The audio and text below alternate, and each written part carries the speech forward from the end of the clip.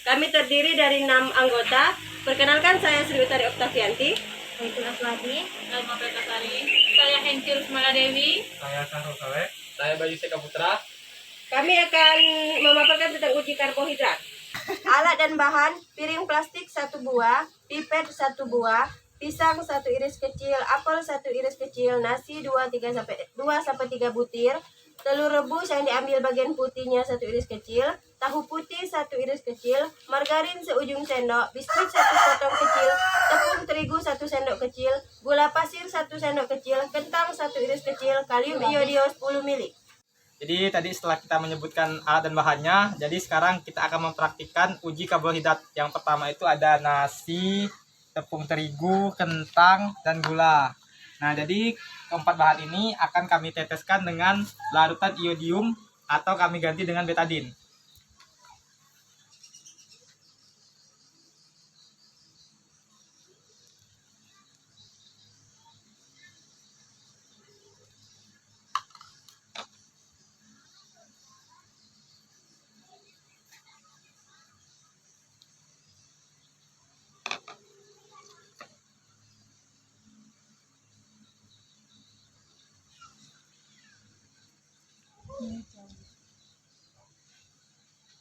Nah, jadi setelah diteteskan dengan larutan iodium atau betadin, kita akan tunggu dan amati bersama-sama apakah yang akan terjadi di nasi, tepung, kentang, dan gula.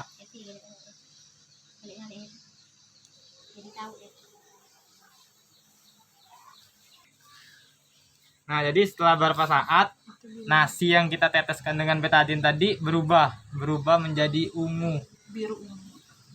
Jadi kalau di gambar ini kelihatannya seperti hitam, tapi ini ungu, agak keunguan.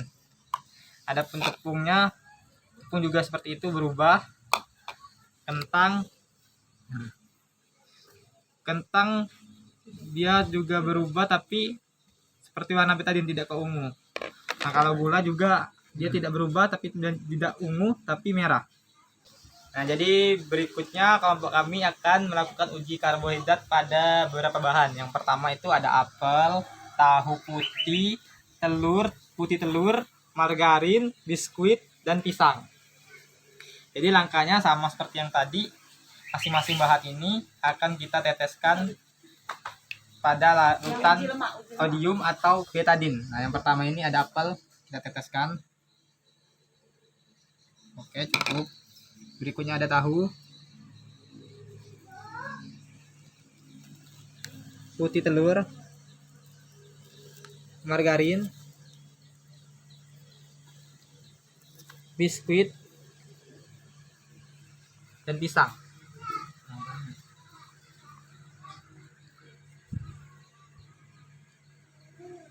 Nah, setelah kita teteskan dengan betadin, kita tunggu beberapa saat sampai masing-masing makanan ini mengeluarkan reaksi. Nah, jadi kami tadi telah melakukan praktik uji karbohidrat pada beberapa bahan makanan.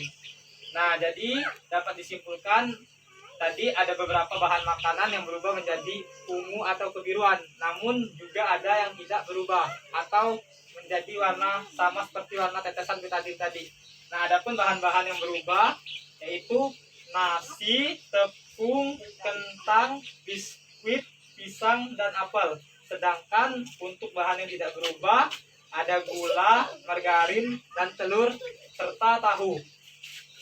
Nah, jadi dapat disimpulkan kenapa bahan-bahan itu berubah menjadi biru atau keunguan seperti biskuit ini. Biskuit ini mengandung karbohidrat. Ada yang lain juga seperti pisang, kentang, nasi.